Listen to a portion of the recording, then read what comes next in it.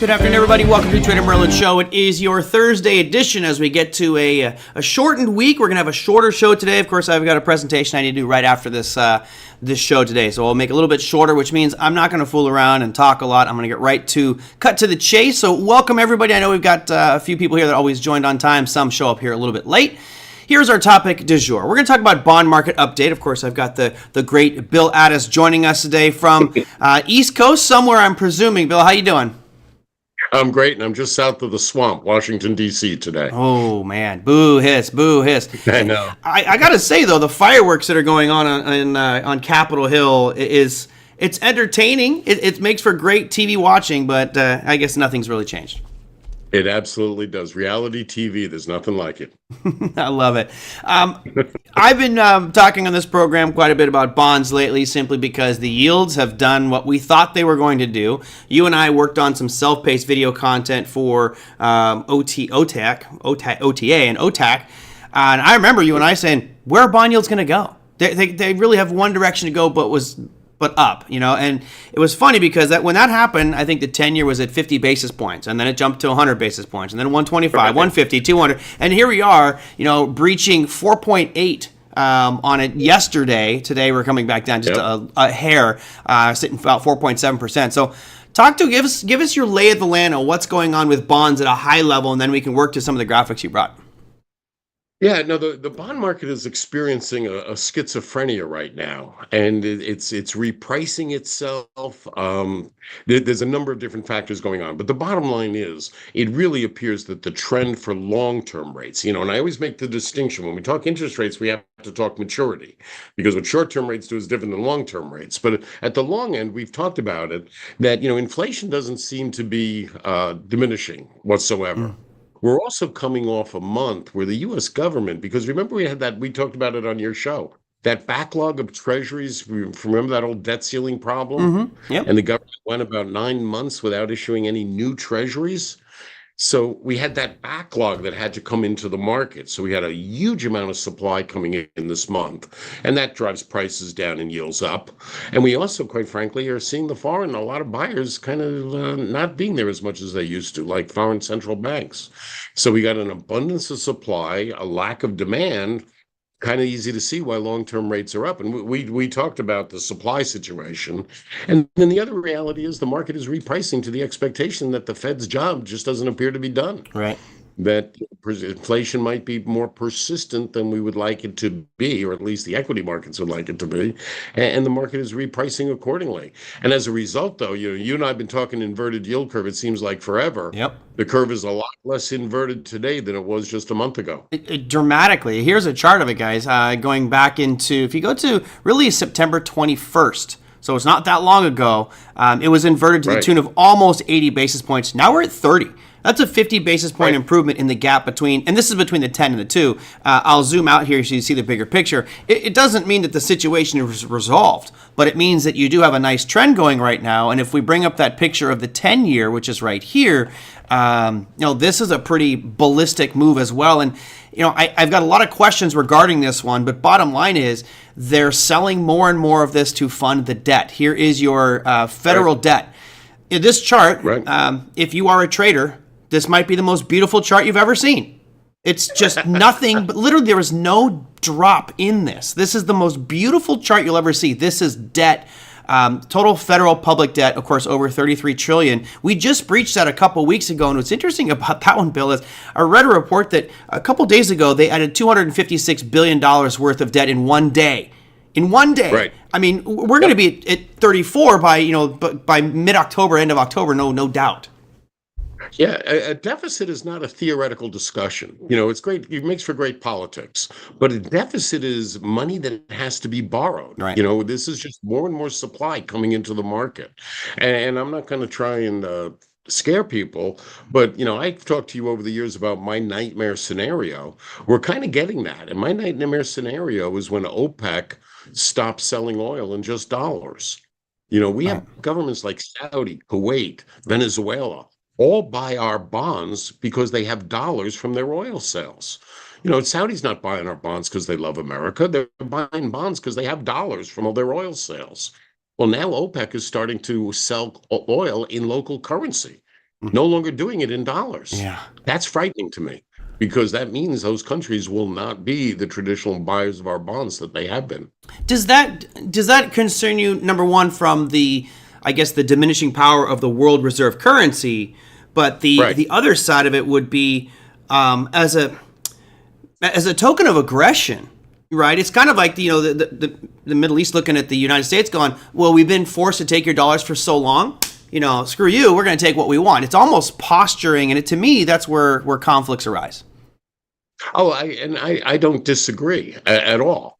Again, and I'll use again. In my former life before the pandemic, I used to spend a lot of time in the Middle East with Saudi and Kuwait specifically, and they have huge dollar portfolios. Not because they love the dollar, not because they're making a political comment to the U.S., but simply thanks to their oil sales. Because when OPEC was created, the U.S. was the largest importer of oil. Right. So if you're going to create a cartel, it makes sense to create a cartel to appeal to your largest client. That's why we have a dollar-based system. Now, the U.S. is a net exporter of energy, as you know. It makes no sense to have a dollar-based system. Yeah. But we've enjoyed this legacy. And now here we are, OPEC is finally turning around and saying, we don't need to do a dollar. Yeah. We'll do oil sales in local currency. Indian did, I forget, 200 billion Yeah. in oil sales in rupees. Well, the global foreign exchange markets are so robust, it's easy for them to say, Exactly. we'll do business whatever currency you want because we can just convert your yen into Exactly. whatever currency we want. The systems have gotten more efficient that way. And you can't be mad at them. I mean, if I was them, I'd be saying the same thing. I'm like, this is a pain in the butt for me. Let me make it easy on myself. Absolutely. No, this is just an evolution of the markets. Again, OPEC being created, 56 years ago? The energy market is much different today. The currency market is much different today. Yeah. But the unfortunate reality is we enjoyed that legacy that for the last 50 years, we've had all these countries buying our bonds because they had dollars from their oil sales. Yeah. Crazy. Let's talk real quick about volatility. I know we had part of the discussion was talking about bond price volatility, which I think is a good one. Before we dive into that, you have some great charts. I want to talk about the difference month over month, right? You have the charts for September, and then you have the charts for October. Walk us through this one because I think this is very interesting. Yeah, no, this is my dreaded yield curve discussion that I have in all my It's classes, not dreaded. so. It's opportunity. It can't be dreaded, right? Okay. This is opportunity. All right, thank you. So the U.S. yield curve, we've got the Treasury issues bonds with maturities as short as 1 month, and we go out to 30 years. And the red line shows you what the yield was on those respective Treasuries, 1 month, 3 months, 6 months, as of a month ago. And the blue line shows you where the yield curve was on Tuesday. It's literally, this is 1 month's difference. And what you can see is, such a dramatic shift to the shape of the curve. Right? In the short end, at the 1 month area, interest rates are virtually unchanged. And we know that's because the Fed hasn't done anything, right? The Fed owns the short end of the market. They've kept those rates unchanged at the last meeting. So there's been no change in policy or rates at the short end. But as you can see, in the long end, we've seen some dramatic moves in the course of the last 30 days since the last Fed meeting. I mean, that 10-year Treasury, as you can see, there was at a 420. Yeah. And as you said, this week at a 480. When this picture was taken, it was right there. So that, 60 basis points in 30 days, that's some pretty dramatic moves from a yield perspective. And the point I always stress with you guys is, interest rates don't move in a linear fashion. What affects short-term rates is very different than long-term.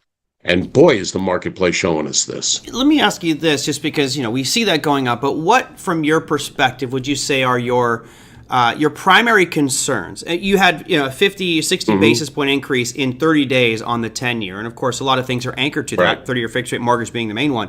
What are some of the concerns you see that if we do continue to see accelerated yield jumps in the 10-year or long-term maturities, what from your vast experience is the impact for us on our markets?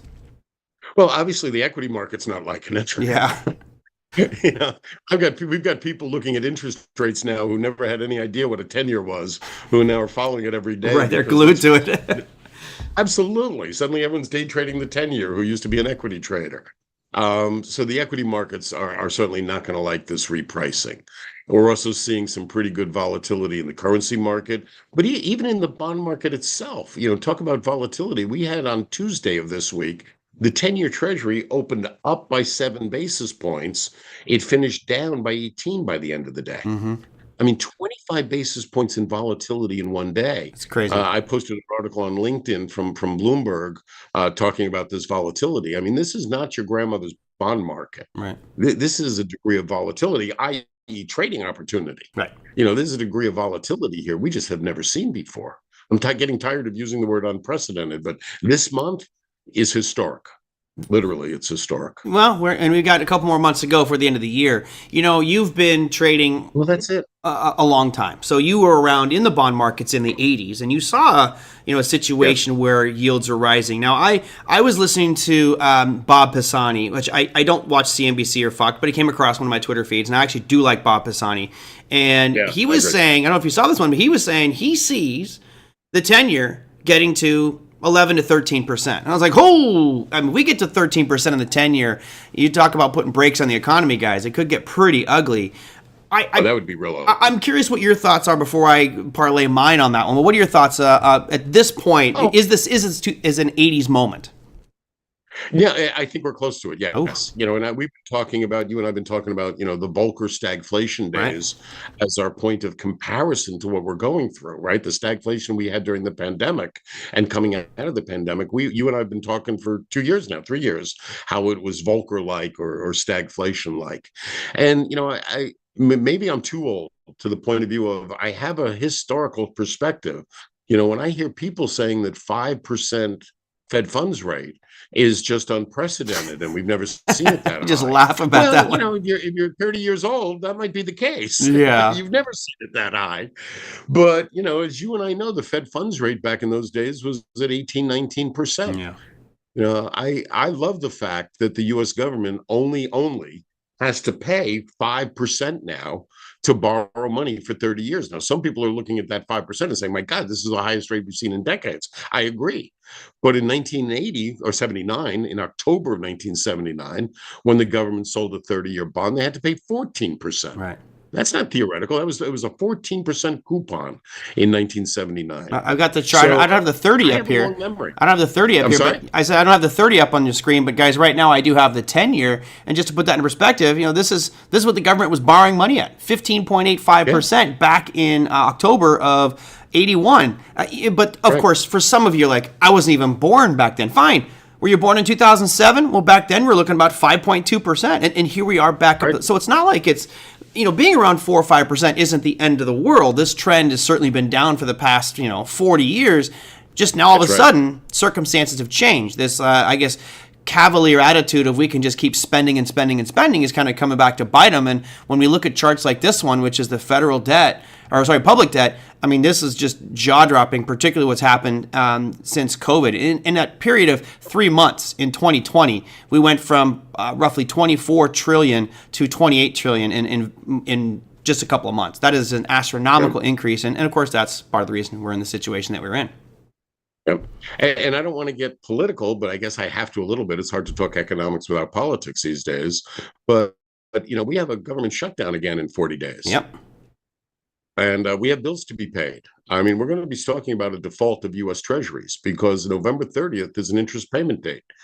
We need the authorization to pay our interest on our bonds, or we're right back into this whole default discussion again. And how dare you threaten the Santa Claus rally? Don't you threaten that Santa Claus rally. I think our elected officials took care of the Santa Claus rally this year when they...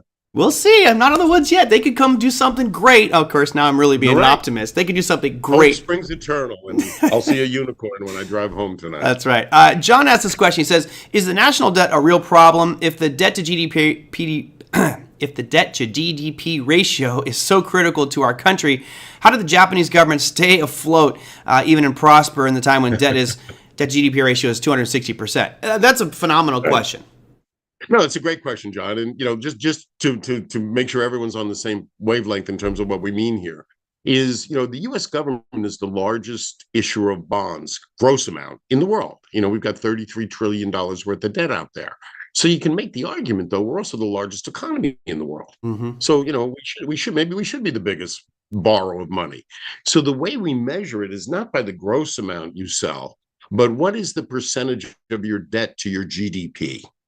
So, in other words, if you are at 100%, what that would mean is if you took every economic dollar produced in a country, by the government, by corporations, whatever, and you used it to pay off our debt, it would take you a year. Mm. Now, going back to the 2008 time period, we had some countries that surpassed that 100% threshold. And when those countries surpassed it, they had problems borrowing money. Remember Portugal and Greece and even Italy had problems doing auctions, remember, Mm-hmm. during the Great Recession? Yep. Literally, investors didn't want to lend them the money because the countries were so leveraged. So historically, when countries hit that 100% threshold, they had some problems. Quite frankly, we hit that just prior to the pandemic. Our percentage of debt is now, I think, 130% Yeah. of GDP. And we only broke through it right before the pandemic. So we've added a lot of debt, obviously. But the truth is, it hasn't really presented a problem for the US government to date. I mean, we still have, for as much pessimism as I might show, we have a lot more buyers of our treasuries still today than we have treasuries to sell. The number is diminishing, but it's still in good news. Mm-hmm. So at that 135, other countries, when they hit that number, had problems. But I forgot the gentleman's name. Your questioner is great. I mean, here's Japan. They're operating at 260. All right. I mean, it would take them almost 3 years to pay off their debt.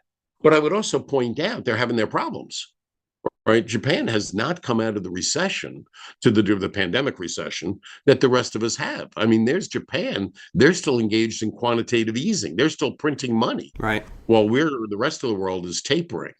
So Japan has been aggressive in terms of monetary policy. I think some of it's been good, some of it's been bad. But bottom line, they're having trouble.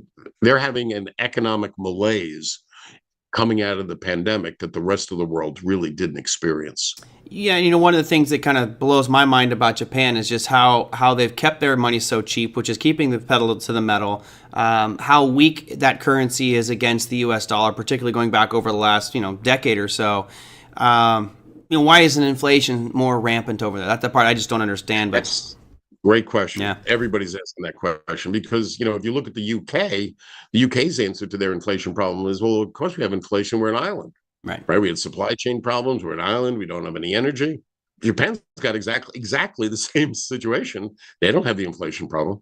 Sly Dog says, I tell my sons, carry no debt, no exceptions. I'm going to give you an exception, Sly Dog. I agree with you. You should be as debt-free as humanly possible. However, there comes a time when you look at let's say the housing market goes through a 30, 40% drop, and all of a sudden you can lock in and buy a home that's dropped 30 or 40%. You need a home to live in anyway. You can be paying rent somewhere else. And now all of a sudden you can get yourself in a 3% mortgage. That's good debt. Because most likely the price appreciation of that home over the course of time will be great because it's sold off 40%, but also it's going to exceed most likely the mortgage rate. Now, if you lock in a mortgage rate at, let's say, 15%, may not be the right time. So I do think there's a time for debt, and there's good debt and there's bad debt. Any credit card buying useless junk, that's bad debt. I agree. Don't carry it. These credit card companies will kill you in interest anyway. So just wanted to add my 2 cents to that one, Sly Dog. Hear, hear. Hear, hear. All right, you had a couple of the slides I want to make sure we get through. So that was the what a difference a month makes. Let's talk about your not your grandma's bond market. You've got a couple different here. So you got the 20-year, which is TLT. You got the IFE, which is the 7 to 10 year, and then you got the IEI, which is the 3 to 7 year. What's this slide trying to illustrate for us? So what I'm trying to do is flip back and forth. So in your mind, if I can impose you, Merlin, would you go back to the slides with the yield curve? Yep. And I think those TLT and so on are listed on that chart also. Yep. So if we look, what I'm showing the audience there is that, okay, with this substantial rise in long-term rates, let's look at 3 different long-term bond ETFs because I'm a bond guy. I always talk yield with you. Right. But the marketplace, as traders, you guys look at price. So what I'd like to do quickly is let's convert these yield changes to price, but I also want to illustrate a point that's real important about duration, and I don't want to scare the audience with that. So let's do it one step at a time. So if you look, the TLT is a portfolio of bonds that has a 20-year maturity to it. So when you trade the TLT ETF, you're trading the 20 years treasury market. Now, the IEF is another ETF. All of these are sponsored by BlackRock, by the way, just because they're the largest. But IEF is a portfolio of treasuries 7 to 10 years. So when you trade the IEF, you're trading just the 7 to 10 year sector of the market. And the IEI is a shorter one with 3 to 7 year maturity, average of 5. So these 3 different ETFs are all treasury portfolios, but they're trading different maturities of the market. And as I've been stressing since I've known you guys, different maturities move at different levels. But you'll clearly see that over the last month, all of these ETFs have experienced a significant rise in yield, i.e. drop in price, right? Mm-hmm. Yield and price are inversely related. So we should expect to see, if we look at the price, what's happened over the last month, we'll expect to see a substantial drop in price to these 3 ETFs. But let's take a look at it. If I can impose any, toggle forward to the next slide with the prices. Let's look at what actually happened. All right, the TLT, and all 3 of these ETFs were up in yield about the same amount. It was pretty linear, actually. Mm-hmm. But if you look over the last month, the TLT is down by 10% in just 1 month, corresponding to that yield change.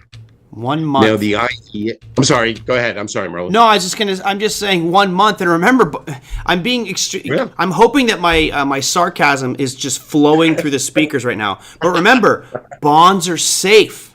You should buy bonds for safety. For those of you nearing retirement, and you talk to your financial advisor, they're saying you should be in bonds, most of your portfolio. Yep. Trivia question for the group out there. And don't look this up. Don't look it up. But since 2020, if we go back to 2020 and go to March of 2020, how much do you think the bond market or the price of TLT has fallen? Right? Just curious. Give me a percentage. What percentage has TLT fallen? Remember, this is 20-year bonds. This is the epitome of safety. You're good doing this, right? You just buy bonds. I feel bad because I am sure that there are some people out there, retirees particularly, who have been buying TLT thinking, I'm getting income streams, it's fine. But type in a chat what you think it has declined since then, and I will share with you in just a second how much it is. Now, of course, there's a delay here, so I'm going to just show you anyway. Here is the chart of TLT going back to 2020. It is down 52%. Let that settle in there, that this is a safe investment. This is safe, folks. 52% slide. And you mentioned this earlier, Bill, with me on the phone. It's like, this rivals the drop of the dot-com bubble. This rivals the drop of the financial crisis. It's like, holy, pardon my French, everybody. I know you don't like when I curse, but this deserves an S word. Holy shit. Are you kidding me? 52%. Unbelievable. Sorry, I'm fired up. I got to wear my bond hat for just a moment, because I agree with everything you said, and it's important, and it shows the volatility as my articles are hosting. This is not your grandma's bond market. Right. But I do want to point out there's a difference. If you're trading the TLT, I assume you're in that for liquidity purposes. You want to trade. I still want to point out, I firmly believe there is still the grandmothers and grandfathers out there who are buying bonds for safety. Right. Because if you can get 6% for a 1-year investment in today's market, that's attractive. Right. But realize those people are holding the bonds to maturity. That's the difference. Exactly. See, TLT has no maturity. So all you're getting is price volatility. Right. You're giving up what is one of the most major important components of a bond, that when the bond matures, you get your money back. You don't do that on a TLT, or an ETF. Right. So the good news is you're getting great liquidity, great price transparency. But realize, and it's still true today, the benefit of buying an individual bond is, as long as you hold that bond to maturity, and the issuer is in business, you don't care about these price fluctuations, right? I used to buy bonds for my grandmother, and I finally trained her never to look at her statement, because she was never going to sell her bond. She was going to hold them to maturity. Yeah. So I just want to point out the difference there. No, that's great. And it absolutely makes sense, because, if somebody was buying physical bonds saying, hey, I'm getting 3%, that's what I need to make it through my retirement, then great. Right now you could get a new one for close to 5%, but who cares? As long as you're going to hold that to maturity, this doesn't impact you. Where it does impact you, and maybe you can answer this question for me, is I think the big factor here is we hear about more banks imploding, right? The financial services, banks particularly, because they're borrowing short and buying long because the yield is higher. Well, the yield is higher, but the bonds that they have been buying are getting absolutely eviscerated at this moment, and it's picking up steam. I have a question for you, which is, do you think that this is going to impact the balance sheets of more banks over the coming months and potentially create some more Silvergate type of collapses? Oh, God, yes. Oh, boy. Realize the Fed, well, first off, the Fed is guilty of lax supervision. Let's be honest. I mean, the Fed themselves have identified 1,500 banks that have the same problem that Signature and Silicon Bank had. And that problem, quite frankly, is stupid bankers Right. because they didn't account for the risk of rising interest rates, right? For decades, they had 0% interest. If you couldn't make money as a banker at 0% cost of money, you shouldn't be a banker. Yeah, they had the easiest job in the world. Suddenly, absolutely, you're printing money. Yep. But suddenly, when rates go up and the value of your portfolio goes down, and you don't adequately manage that risk. So, yeah, no, the Fed has created this problem for the banks. Now, again, they're doing monetary policy. It's up to the banks to manage that risk. Yeah. And they did a horrible, and they continue to do a horrible job.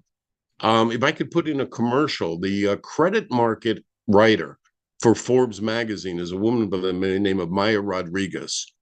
She has been so vocal. In fact, she even was down here in Washington testifying in front of Senate last month about the ongoing risk to the banks. This is not a past tense crisis. Yeah. And unfortunately, even though they're a client of mine, I got to be very critical. The Fed has been very lax in its supervision here. Yeah. Well, it's scary because if you look at this chart here, you go back into, it was March of this year. That's when TLT was at 105. Right. So these banks that had this long-term exposure, they were already getting hurt because of these drops here that you see from 2022. Yep. We're still falling. From that period in March or April, whatever, February, March, when they were having problems, we're down another 20% on those on TLT. And I just can't help but to think you're going to see more pain going forward for some of these financial firms and banks in particular. So I don't think we're out of the woods just yet. No, we're definitely not. Definitely not. Okay, well, I mean, you just never know. Let's go to. There's a couple questions here. Where was it? Are money market funds still safe? Oh boy. Well, I'm going to give the same answer you probably give. Is the first thing you have to point out is money market funds are not guaranteed. Yeah. Right. The dollar a share that we've all come to get used to is not a guaranteed. Now, the way your portfolio managers are managing that risk is they keep the investments very short-term maturity, no duration, no volatility. So the good news is now that short-term rates have gone up and those portfolio managers continue to be invested in those short-term rates, your money market funds are now gone from 0 to 5.5%. We're getting a good rate on the money market funds. But I do want to stress that's not guaranteed. You might remember back in 2008 when Lehman went under, the commercial paper market got hit, and we did have some money market funds that dropped below $1 a share. Right. The fund sponsors stepped in to make the investors whole. So no, I will continue to stress it's not guaranteed, but it really is about the safest sector of the market you can be in. Yeah. I mean, you're in virtually 1 or 2 day investments, high quality. If your money market funds present problems for you, you got bigger problems than your money. We all have bigger problems than our money funds. Last one, just a quick question. Anthem Drum says, please explain why having a large holding of U.S. dollars makes you a buyer of U.S. bonds. I don't think it makes you a buyer of U.S. bonds. That's a great question. I'm sorry I interrupted. I'm sorry. Okay, go ahead. No, that's a great question. See, a lot of people erroneously think, and let's just pick on Saudi for a moment, that when the Saudi government comes in and buys U.S. treasuries, they're either making a currency play, that they like the dollar better than the real, or they are making a political statement. They're supporting the U.S. It's nothing of the sort. The only reason the Saudi government has been a big buyer of U.S. denominated bonds is they happen to own a lot of treasuries. They happen to own a lot of dollars from their oil sales. See, they don't want to take currency risk. Their currency is non-exportable. It's really not a currency you can actively trade. So they're sitting on all these dollars. They're just looking for a safe, liquid, long-term investment to get their dollars earning some rate of interest. They're not looking to take currency risk. Right. But now, if these countries start selling oil in other than dollars, that means they're not going to have this reserve of dollars to actually invest in our bonds. They'll now own euros or rupees or yen. and they'll buy those bonds. But that goes for, the Saudis or those types of places, not necessarily me. Like if I've got a bunch of cash, that doesn't mean I'm a buyer of 10-year bonds, right? You'd have to actually physically buy. We were strictly referring to the central governments there. Right. All right, Bill, I got to wrap things up here. I do want to give you a chance to talk about some of the things you got going on. I know you have a focus class going on for Online Trading Academy, which I didn't get a chance to watch. How's that going, and when's your next one? I'm really enjoying it. We did our first focus class about 4 weeks ago, and what I'm really enjoying about them, quite frankly, is the weekly follow-up.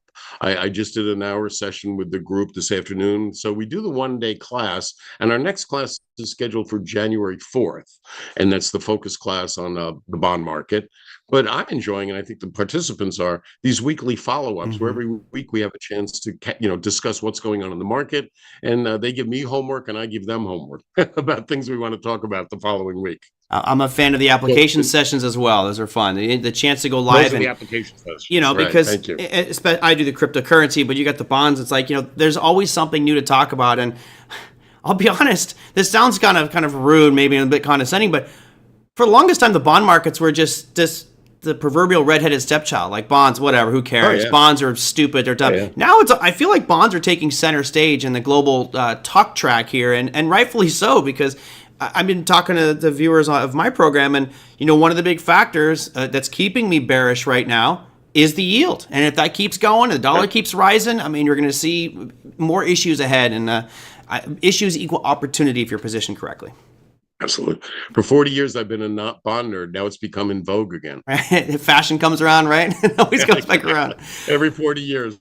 All right, Bill. Well, hey, thank you very much. I appreciate you coming on the program today. If you guys want to know more, I got a webpage up for you here. It's Amherst, or aftraining.co. It's Amherst Financial Training. He's got videos there and all kinds of media and things, so you can stay in touch with Bill that way. Or I would encourage you to sign up for his focus course, which you can find by going to tradingacademy.com. He does that. The actual course is probably once every 8 weeks or so, and then there's these application sessions, which they do on a weekly basis, which is pretty awesome. So again, thank you so much, my friend. I appreciate it. Look forward to seeing you next time you're out here in California, and we need to make a wager soon so we can get our bar tabs covered. All right, we'll work on that. Let's work on that. Sounds good. All right, Bill, thank you very much. Take care. Have a great afternoon, sir. Be well to everyone out there. Be well. Bye. Bye now. Guys, that was Bill Addiss, the man, the myth, the legend, giving us some insights into the bond markets. Hopefully you found that informative. I wish I could go longer for you guys, but I can't. I got to run. I got to go do a setup for another class I'm supposed to be logging into 3 minutes ago. So I apologize that we're going to have to kind of keep this a shorter show. Again, you can find out more about Bill's class at tradingacademy.com or go to AMF Training or aftraining.co for his personal site. And again, tomorrow's show, we'll probably do a full length. I believe I'm actually going to be on Don Fran's show after, so I'm going to have kind of 2 hours of shows tomorrow. We'll have to verify that one on tomorrow's show. But if you have anything you want to talk about, send it on in, TraderMerlin@gmail.com. I got a lot of stuff to talk about for tomorrow. By the way, I did close another half of my positions, so that original 80 put contracts that I purchased on the rut, I closed out 20 of those at 7:10 today, which almost felt like the session low. Thank goodness, that was fun. So I still am long 20 puts on the Russell. Everything else doing pretty good, and ended up being a great day. So thank you guys so much. Sorry for the short show, but I got to run. I will see you all tomorrow. Put comments down below the YouTube videos. Hit like, subscribe, do all that stuff. I'll see you tomorrow. Take care.